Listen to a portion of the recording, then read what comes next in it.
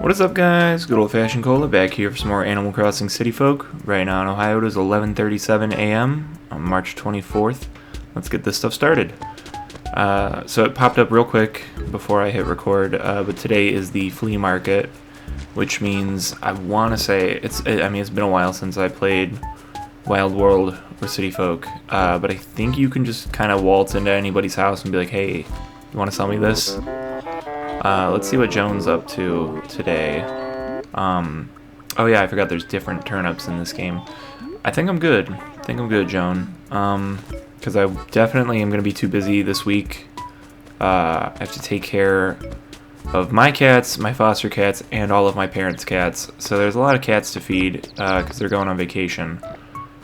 And that was an easier concept when I still lived at home. Because I think there's been episodes of Animal Crossing, or at least other stuff, where I still lived at home and I was like, oh, I got the house to myself, so I'm recording all this stuff. I just have to feed the cats and stuff. But now as an adult, all these years later, with my own cats to feed, now I have to feed everybody's cats. But anyways, we have a few things to talk about. One in specific is very important to me. I guess I could just lead off with that instead. My favorite album of all time is Panic! At the Disco's Pretty Odd. If anybody's been here long enough, you know I've sung its praises for the past... this series has been... Or not this series, but this channel's been going on since 2014. I think I signed up for YouTube in 2011 with the channel, but Animal Crossing content as a whole has been going on since 2014. I just need a sip of coffee real quick.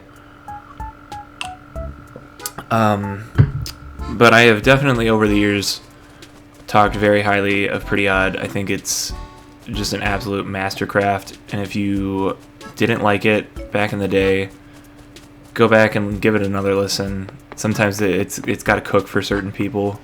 It instantly, right away, the moment I heard it when I was like 11, 12, whatever I was at the time, instantly I knew, like, holy shit, this is great. And this is a great segue into one of the other things I wanted to talk about, because my introduction to the album, of course, I'm sure, like other people, was hearing 9 in the Afternoon on Rock Band 2.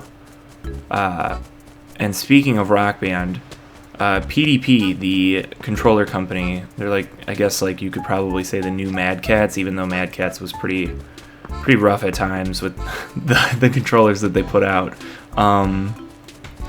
PDP just released their, well, it's not released yet, you had to pre-order it, the Riffmaster, which is their guitar controller, which sold out very quickly.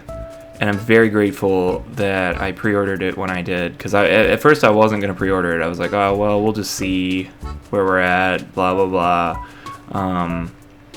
But I'm very, very glad that I did. I only bought one, which kind of sucks, because part of Rock Band and Guitar Hero, I feel like, well, not so much Guitar Hero. I associate Guitar Hero more with, like, sitting alone in my room trying to play Metallica's One on Expert and just failing miserably, especially when it gets to, like, the fucking end of the song. Jesus Christ. Why did that have to happen? That's the cats in action there, knocking over a giant Bud Light bottle that I put coins in. Anyways, I hope that didn't just completely ruin the audio. I have no idea what Gabby just said to me. Her name is Gabby, right? I'm not crazy? Yeah, okay. Oh, is she leaving? Oh, I don't care. Goodbye. I'm all thrown off now. The Riffmaster, though. I'm super excited for that, because hopefully I get to play some Clone Hero on the channel. I feel like that's a recipe for getting content ID'd, but I don't know. Who cares? So long as, like, they don't take the channel down. Like, I don't have ads on the videos anyways, so... I mean, unless YouTube runs the ads, because I sure as fuck don't see any of that money.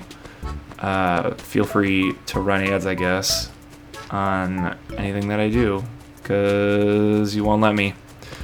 But what I really wanted to talk about was concert tickets, once again, we have to bring that up. They are astronomically expensive, and all the stupid fees that come with them. Because I wanted to buy tickets for A Day to Remember and The Story So Far are going on tour, and I told my buddy, I was like, we gotta go, I'll get your ticket, just pay me back whenever.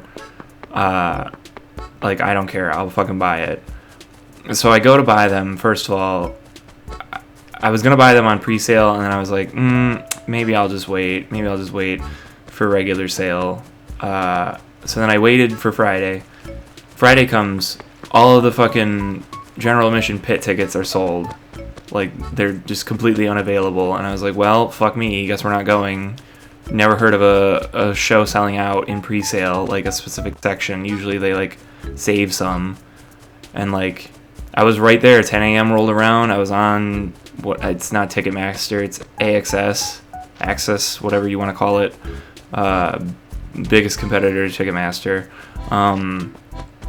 But I was right there, 10 a.m., fucking booted up my computer, looked at them, they were all gone. And then that night I checked, and they were back, but the fees associated with them are like $40 a ticket. So when you, like, add up, like, the $100 ticket and, like, the $40 fucking dollars for fees, which also, what kind of fees? Service fees. It's a digital barcode, bro. My brother in Christ. I'm so fucking angry about it. Like, what are you doing that is necessary for fees? He's got fleas. Let's catch his fleas, because I don't know if we have them. And then he's going to be sad, and he's going to be like, don't fucking tell anybody about my fleas. Oh. Itchy. Alright. Yay, darling. Why are you calling me darling, bro? But yeah, I don't know. I'm fucking sick of it. All I wanted to do was see The Story So Far so badly. I've never seen them. I feel like every time they've come, God damn it, now the cat is getting the bottle. Hold on. Girl. This has turned into a whole thing. I feel like usually people would just edit their videos when things like that happen. But every time I try to edit, the quality just shits the bed. If anybody knows of any good editing software, please let me know, because my old version of Sony Vegas isn't working anymore.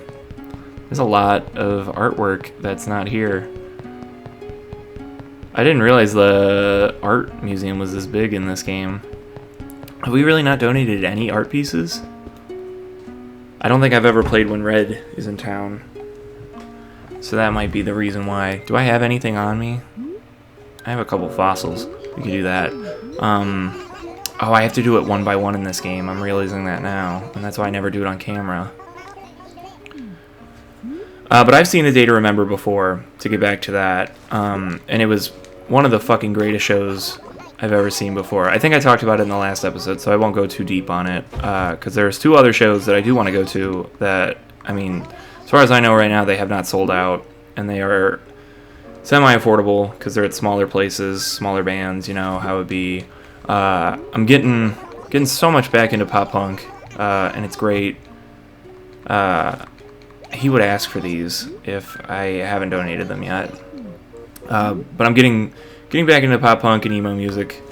I blame, like, the sterilization that it went through. I liked Machine Gun Kelly's first pop punk album when it first came out. I thought it was really good. That was a good change of sound for him.